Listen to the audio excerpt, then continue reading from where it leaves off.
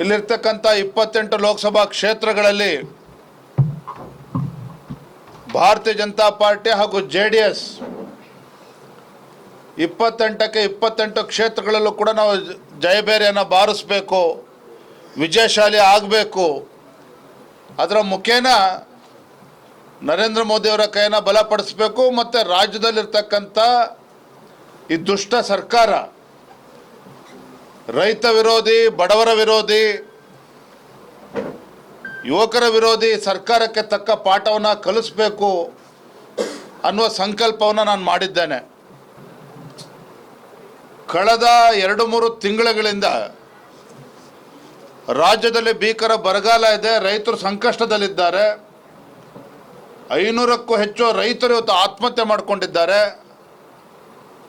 ರಾಜ್ಯ ಸರ್ಕಾರ ಮಾಡಿರ್ತಕ್ಕಂಥದ್ದೇನು, ಕೇಂದ್ರ ಸರ್ಕಾರದಿಂದ ಪರಿಹಾರ ಬಂದಿಲ್ಲ, ಕೇಂದ್ರ ಸರ್ಕಾರದಿಂದ ದುಡ್ಡು ಬಂದಿಲ್ಲ, ಪ್ರಧಾನಮಂತ್ರಿಗಳು ನಮ್ಮ ಸಹಕಾರನ ಕೊಡ್ತಿಲ್ಲ, ಈ ಹೇಳಿಕೆಗಳನ್ನು ಕೊಡ್ಕೊಂಡು ಬಂದರೆ ಹೊರತು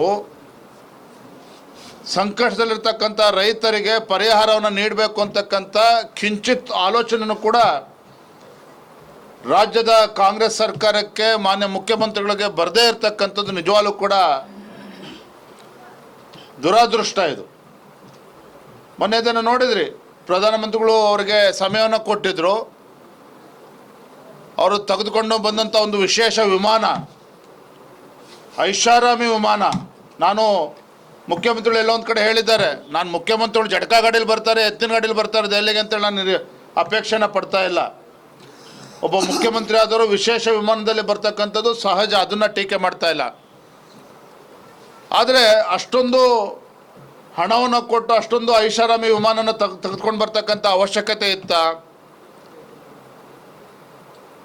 ಜೊತೆಲಿದ್ದಂಥ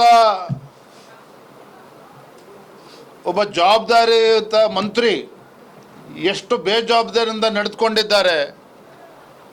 ಆ ಮಂತ್ರಿ ಬರ ಪರಿಹಾರಕ್ಕೋಸ್ಕರ ದೆಹಲಿಗೆ ಬಂದಿದ್ರು, ಫ್ಯಾಷನ್ ಶೋ ಮಾಡೋಕ್ಕೋಸ್ಕರ ಬಂದಿದ್ರು. ನೀವೇ ನೋಡಿದ್ರ ವಿಡಿಯೋ ತುಣುಕುಗಳನ್ನು.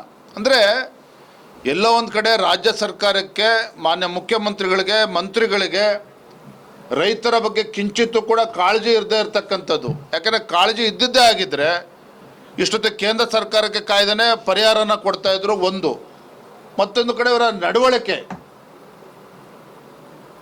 ನಿಜವಾಗ್ಲೂ ಕೂಡ ತಲೆ ತಗ್ಗಿಸ್ತಕ್ಕಂಥದ್ದು.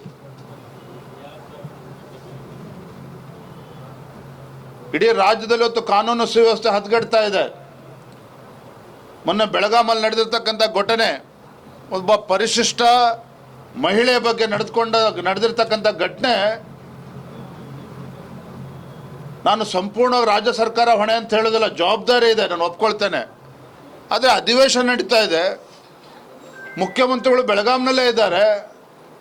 ಒಂದು 5 ನಿಮಿಷ ಅದಕ್ಕೋಸ್ಕರ ಸಮಯವನ್ನು ತೆಗೆದುಕೊಂಡು ಆ ತಾಯಿನ ನೋಡಬೇಕು, ಆ ತಾಯಿನ ಮಾತಾಡ್ಸ್ಕೊಂಡು ಬರಬೇಕು ಅಂತೇಳಿ ಮುಖ್ಯಮಂತ್ರಿಗಳು ಅನ್ನಿಸ್ಲೇ ಇಲ್ಲ. ಉಸ್ತುವಾರಿ ಸಚಿವರಿಗೂ ಅನಿಸೋದಿಲ್ಲ. ಅಂದರೆ ಎಲ್ಲಿಗೆ ಹೋಗ್ತಾ ಇದೆ ಹಂಗೆ ರಾಜ್ಯ ಸರ್ಕಾರ? ಬರಗಾಲದ ಸಂದರ್ಭದಲ್ಲಿ ಯಾವುದೇ ಒಬ್ಬ ಜಿಲ್ಲೆಯ ಉಸ್ತುವಾರಿ ಸಚಿವ ಆ ಜಿಲ್ಲೆಗಳಲ್ಲಿರ್ತಕ್ಕಂಥ ಅಧಿಕಾರಿಗಳನ್ನು ಸಭೆ ಕರೆದು ಬರಗಾಲದ ಪರಿಸ್ಥಿತಿ ಹೇಗಿದೆ, ಏನು ಮಾಡಬೇಕು ರಾಜ್ಯ ಸರ್ಕಾರ, ಒಂದು ಬಾರಿನೂ ಕೂಡ ಸಭೆ ಮಾಡಲಿಲ್ಲ.